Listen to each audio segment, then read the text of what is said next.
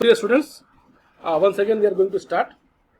We were not able to see in the last slide, but from here we will be seeing the Faraday's experiment.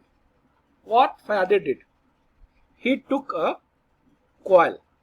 Coil means he took a copper wire, wrapped it in a circular fashion such that it could form a helix.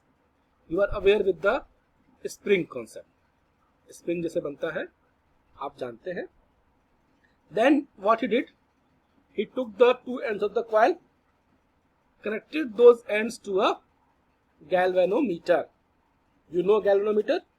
Galvanometer is an instrument which is used for sensing the current. It can sense the current. It can sense the presence of the current. That means whenever there will be slight variation in the current, it can sense it. Faraday took a bar magnet. You know about the bar magnet. Bar magnet is a magnet which is having permanent magnetic properties, and it has two poles, north poles and the south pole.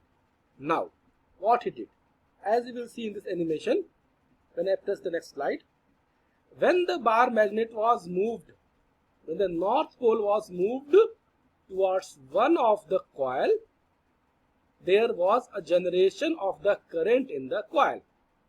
See, as you will see here. As soon as the motion stops, the current vanishes. See once again, we were enabling the motion of the magnet. As soon as the motion stops, the current goes. See once again, you have seen the deflection in the galvanometer.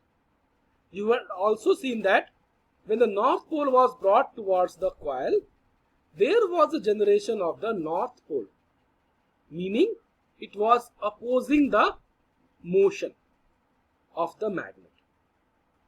Because if north pole will be created, repulsion will be there and the motion will be opposed.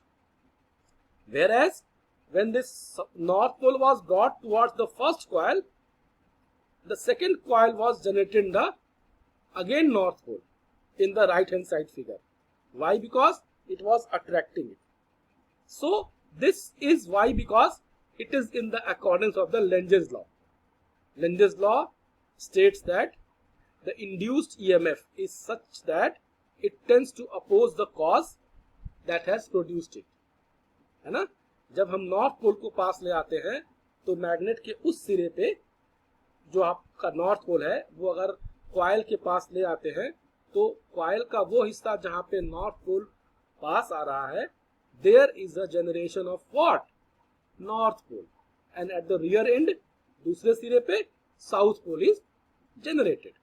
Now you see the second slide. Now we will bring the south pole of the magnet. See here, again in the rear end it was south pole generated, meaning it is opposing, it is showing the repulsion, है ना? और उसके दूसरे सिरे पे north pole. सो एक बात यहां से कंक्लूड हुई, that it is the relative motion of the magnet. It is the relative motion of the magnet which is causing what? Production of current. है ना? Due to the motion of the magnet, we are able to observe the current, and this is in accordance with the, है ना, Faraday का जो आपका law है ना, and Faraday named it that since and current is induced, so he named this theory as the electromagnetic induction. है ना? It is a phenomenon. See, whenever we are bringing this bar magnet toward this coil, the current is produced, and whenever the motion ceases, the current goes away. See once again, है ना? Okay, see once again. This is there, है ना? So what is the phenomena which is happening here? Actually, magnetic flux linked with the coil changes relative to the position of the coil and the magnet due to the magnetic line of force cutting at different angles at the same cross-sectional area of the coil. Meaning, with the change in the magnetic flux, we are able to produce or induce a current in the neighboring coil. See what you have observed. Number 1, the relative motion between the coil and the magnet has to be there. Number 2, the induced polarities of magnetism. That means when you were bringing the north pole, you saw the north pole in the coil. Third, the direction of current through the galvanometer and hence the deflection in the galvanometer. Fourth, that the induced current is available only as long as there is relative motion between the coil and the magnet. C, we can also do it reversing. If we can fix the magnet and move the coil, we will observe the similar phenomena. This can be viewed when I will show you the next slide. Thirdly, both these magnet and the coil may be in the relative motion. That means what?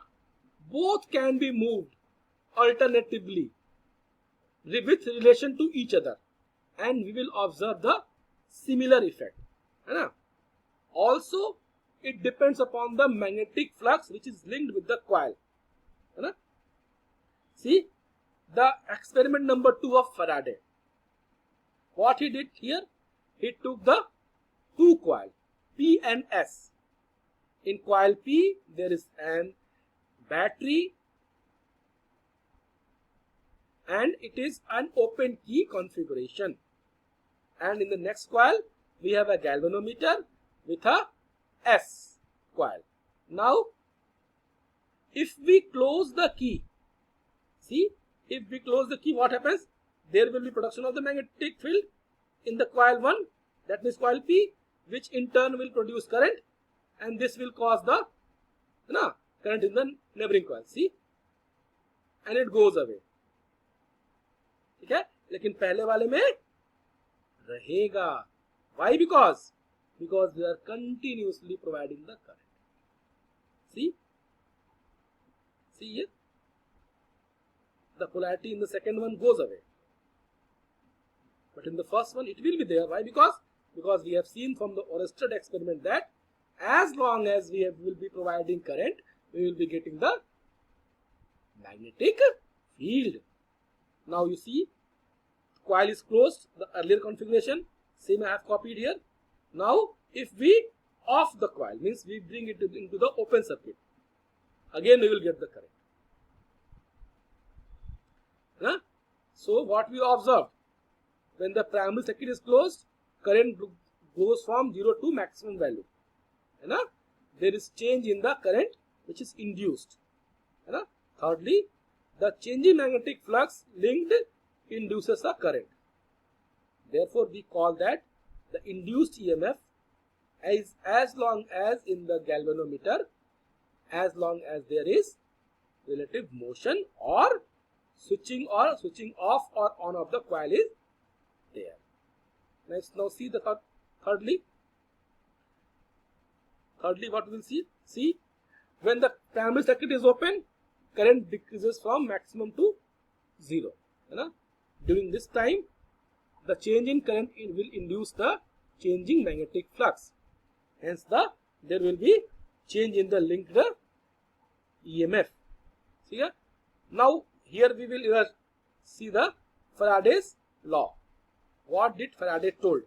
Faraday told that whenever there is a change in the magnetic flux linked with a circuit, an EMF will be generated, and this EMF will be there as long as magnetic flux is changing. Second law, the induced EMF's value, that means its magnitude, will be directly proportional to the rate of change of magnetic flux. That means E is equal to d phi by dt, and we put a minus sign here. Okay. So dear students, this is all from